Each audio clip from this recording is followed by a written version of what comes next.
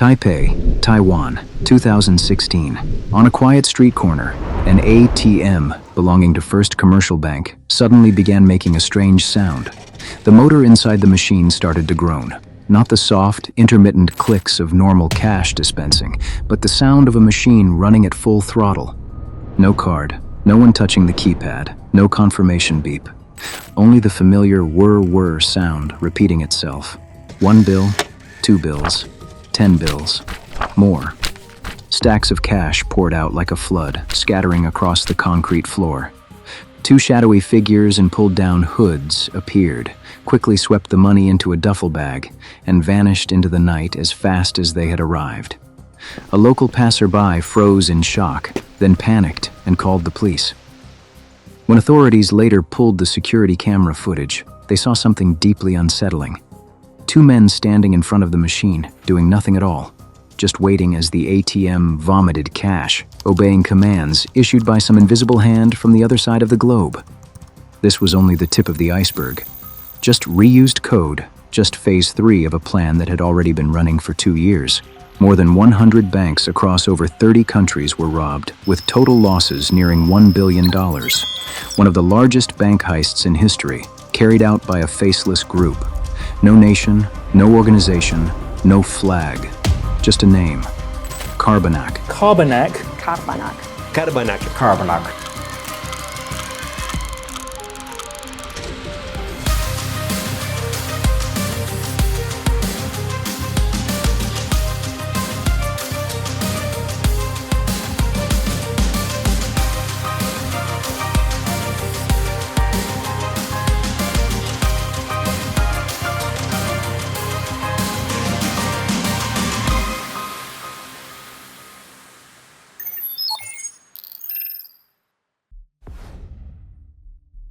Rewind to 2014. Russia, 3 a.m. The phone of a cybersecurity expert at Kaspersky Labs rings. On the other end is a trembling, panicked voice, an employee from one of Russia's largest banks. You need to come here immediately. Don't call, don't email. I think they're listening to everything. A few hours later, when the Kaspersky team arrives and begins analyzing the data, they are stunned by what they find. A worst-case nightmare for anyone in cybersecurity. The domain controller, the heart and brain of the bank's entire network, is actively transmitting sensitive data to unknown servers in China. Plainly put, whoever controls the domain controller is God inside this network. They can view balances, add or subtract money, even move millions of dollars with a single mouse click. Kaspersky expands the investigation. They inspect every computer, every internal phone, every camera, every control panel. No signs of a breach, no unknown malware, no alerts of any kind. But one detail stands out. Several office computers have VNC installed, remote control software. The bank insists they never installed it. To test the theory that someone invisible is watching them, one of the Kaspersky experts comes up with a simple experiment. He opens Microsoft Word on a suspicious computer and types a single word. Hello. Then he waits. 1 minute. 3 minutes. 5 minutes. No response. Then suddenly, the mouse cursor moves on its own. Letters begin appearing on the screen, one by one. Hello. You won't catch us. The entire room goes silent. No one can believe what just happened. This is not an attack. This is an intrusion. Silent, patient, long-term.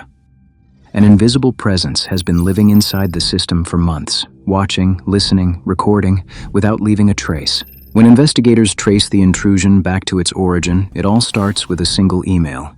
A bank employee receives a message from someone claiming to be a customer with a Word document attached. The email is polite, ordinary, completely legitimate looking, no suspicion. But the moment the file is opened, the Carbanak malware quietly activates, installing a backdoor on the computer. From that first machine, the malware spreads silently. But it doesn't steal anything right away. It waits. It becomes a ghost. Using spyware, the attackers watch employees' screens for months. They study how bankers type, how transfers are processed when people come and go. The peak of their sophistication comes when they target an administrator's computer. They deliberately slow the admin machine to a crawl by running dozens of hidden processes. IT support is called in. The technician logs in using the master administrator password. A keylogger, already in place, records every keystroke, capturing that password. And the moment it is typed, the key to the entire bank is handed over. At that point, the attackers don't need to break a firewall. They don't need to guess passwords. They only need patience. And now, they control the entire bank. There was no alarm, no warning email. The system kept running normally. Employees brewed coffee, answered phones, entered numbers, just like any other day. There was only one difference. There was one additional employee inside the system. The intruders were not in a hurry. They did not move money right away. They did not probe limits. They did not break a single procedure. They watched. Every mouse click, every internal form, every approval workflow that dragged on for hours, who logged in at what time, who had signing authority, who routinely skipped the second verification step. They studied the bank the way one studies a living habit. At first, the actions were tiny. A test account created and deleted within seconds, an access permission quietly granted, then silently revoked. No one noticed. No one reviewed logs at that level of detail, and most importantly, no one suspected that the system was being watched. Then came the first real test, just a few $1,000s. An internal transfer, executed by the book, correct procedure, correct signature during business hours. No errors, no alerts, no follow-up calls. The money left the system as if it had never belonged to the bank. At that moment, the intruders knew one thing for certain. They were no longer outsiders. They were operating the bank from the inside. The next moves came with more confidence. They began impersonating senior staff, people who were rarely questioned because they always knew what they were doing. Money crossed borders. Silently, without a trace. But direct transfers were only part of the plan. They did not want attention. They wanted time. And to buy time, money had to disappear in ways that looked normal. So they used the bank's own e-payment system. Funds moved through multiple layers of intermediary accounts, each layer in a different country. Each transaction small, reasonable, unremarkable. In the end, the money settled into accounts the bank had never paid attention to. That is where the so-called money mules came in. People who did not know the full plan, who only knew how to withdraw cash, who only knew how to take their cut. Then, the operation escalated into territory even security experts were not thinking about at the time. ATM. From inside the internal network, ATMs were no longer standalone machines on street corners. They were obedient devices. Choose the time. Choose the location. Choose the amount. No card. No PIN. Just a command, and the cash would come out. The selected ATMs all shared the same traits: far from city centers, low foot traffic, outdated cameras, minimal security. Cash was collected quickly, cleanly. No chaos, no panic. No one called it a robbery, because nothing looked like a robbery at all. For months, everything worked perfectly. No reports, no suspicions, no investigations. Until one morning, a 70-year-old Russian man went to bed with 34 rubles in his account. When he woke up, he had 10 million rubles. He reported it to the bank. The bank assumed it was a system error and reversed the transaction, without investigating further. But for the intruders, that moment mattered. It was the first signal. Even the people controlling the system could make mistakes, and once mistakes appeared, the question was no longer, can we be detected? It became, how far can we go? Back in Taiwan, 2016. A middle-aged man walked toward his familiar ATM. He had just gotten off work and needed to withdraw some cash to run errands. As he approached, he noticed two unfamiliar men standing in front of the machine. They weren't talking. They weren't pressing buttons. They weren't touching the screen. They were just standing there. In the dark, heads lowered, tense, hurried. Suddenly, the ATM began spewing cash like it had lost its mind. The man watched for a few seconds. The two men looked confused. Then they hurried away, leaving behind a thick stack of cash, 60,000 new Taiwan dollars, sitting in the withdrawal tray. No one claimed it. He looked around. No one chased after them. No alarm sounded. So he called the police. Taiwanese police responded immediately that night. They pulled the security camera footage from the ATM. No identities. Only one thing was clear. These were not ordinary people. The first bank reported that over 70 million NT dollars was withdrawn illegally. The withdrawals were made in both Taipei and Taichung across 34 ATMs and 20 branches. All of it happened within 4 hours. None of it went through card authentication systems. Police immediately formed a special task force. Nearly 500 officers were urgently deployed. Every surveillance camera was reviewed. Every taxi route, subway ride, hotel booking was scrutinized. Less than 48 hours later, 22 suspects were identified. Most had already left Taiwan on commercial flights. They believed no one suspected them, and they were almost right. Only 3 were left behind. One of them was Andreas Pergudovs, a Latvian national believed to be the on-the-ground leader of the cash-out operation in Taiwan. When Andreas saw his face appear on the noon television news, he packed all the money into 2 bags, jumped into a taxi, and headed for the mountains near Hudong Park, Wuhan, China. There, he buried the 2 bags of cash, changed his SIM card, and traveled toward Yilan, Taiwan. The other 2 remained in Taiwan, trying to act normal. They rented luggage lockers at the train station, stored the cash bags, returned to their hotel, had breakfast, and waited. What they didn't know was this: they were being tracked step by step. Cameras at every street corner were pulled. ATM data was reverse analyzed, airport footage, SIM card histories, hotel Wi-Fi logs. A military-style surveillance operation was launched by Taiwanese police, and by noon that same day, the 2 suspects were arrested inside the hotel restaurant. The task force stormed their rooms simultaneously. Closets, laptops, dash cams, everything was seized. At the same time, Andreas was captured in Yilan, a flawless manhunt, not a single shot fired. 3 people, more than $2 million recovered. No one knew who truly led Carbanak. No one knew how the system really worked. They only followed orders: withdraw the money, deliver it, disappear. But the most important thing wasn't the money. It was this: for the first time, the ghosts of Carbanak were exposed. For the first time, real people were arrested. For the first time, there was physical evidence. For the first time, there was a chance to trace the trail back up the command chain. From a forgotten stack of cash, the door to a global investigation swung open. Interpol was notified. The FBI began to move. Kaspersky received its first signal from outside Russia. And then the truth emerged. Carbanak wasn't targeting just Russia. It didn't stop at Taiwan. It was everywhere. From Europe to the United States, from China to Bangladesh, from small local banks to central banks themselves. Singapore, fall of 2016. An international cybersecurity conference unfolds under a heavy, oppressive atmosphere. Eugene Kaspersky, the founder of Kaspersky Lab, steps onto the stage with a cold, measured announcement.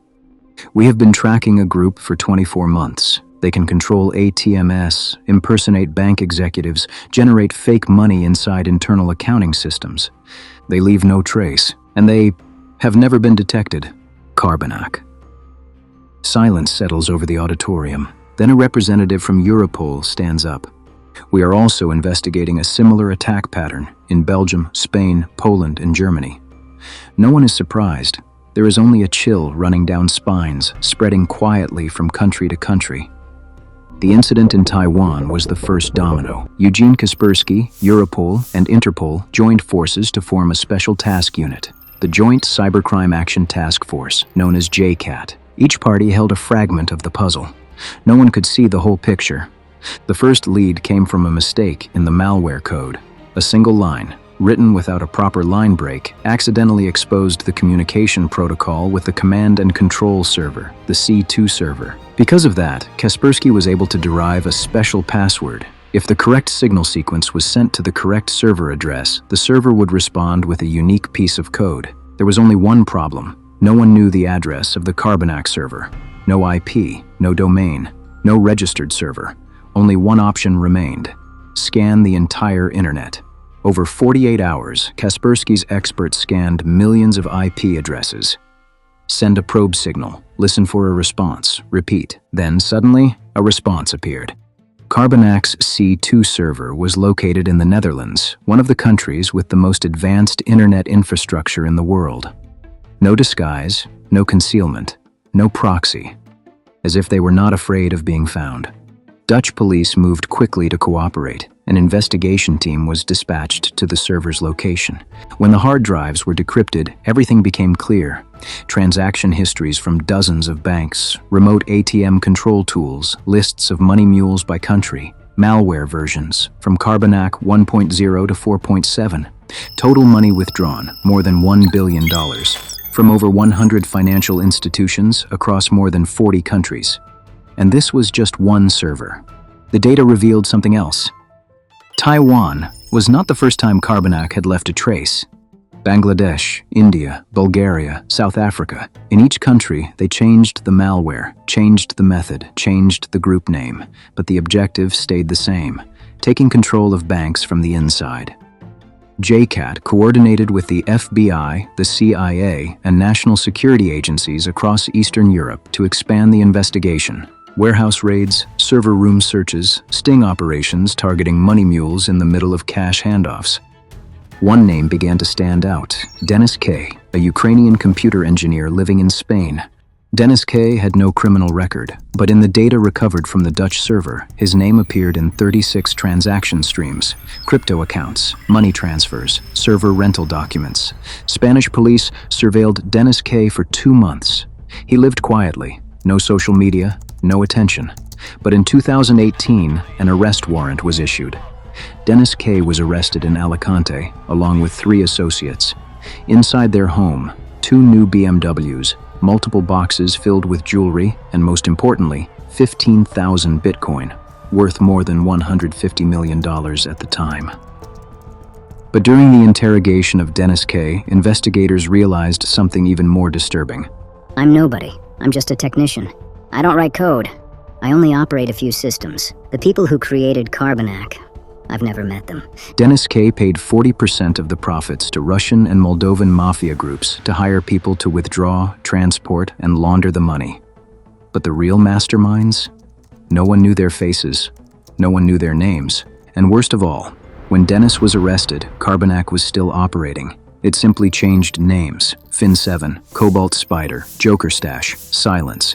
Each name a mask, each malware strain a variation, each campaign a different piece of music, but the orchestra remained the same. But the most frightening thing here isn't the malware. It isn't the anonymous servers. It isn't the money that was lost. It isn't the incident itself. It is perhaps the calm indifference of the entire system. More than $1 billion was stolen. More than 100 banks were breached. More than 40 countries were affected. And yet no bank collapsed. No executive was forced out. No system was taken offline. We scanned for malware. We updated the software. We added another layer of security. And then we moved on as if nothing had happened. But what was really stolen? Not just money, but trust in the infrastructure we rely on every single day. Carbanak didn't need to break down doors. They only needed one person, one email, one click. Everything else was a consequence. An employee casually opened an attachment. An IT technician failed to notice an unusual VNC connection. A manager never read the system logs. All of that wasn't a technical failure. It was the gap between humans and systems. And that gap is where Carbanak lived. Carbanak wasn't the most powerful hacking group. They were simply the first to understand that the global financial system doesn't need to be destroyed. It only needs to be manipulated like a process. They didn't look for flaws in machines. They looked for flaws in people. Today you read the news about new names: Black Basta, Ransom House, Lockbit, ALPHV. Different techniques, same principle. Just like Carbanak. No loud intrusion, no walls to break, only patience, intelligence, and a deep understanding of how people operate. And every time they're exposed, they just change their name. The death of one group is merely the rebirth of a new variant. Carbanak didn't die. It just changed its shape. The banking world keeps moving. Reports still use the word stable. People withdraw cash every morning. Make transfers every afternoon. No one sees anything wrong. But what if someone is watching you through your computer screen? What if someone is typing answers into the Word document you have open right now? What if someone has never left your system? We call that a cyberattack. This story ends here. Or maybe it's only just beginning.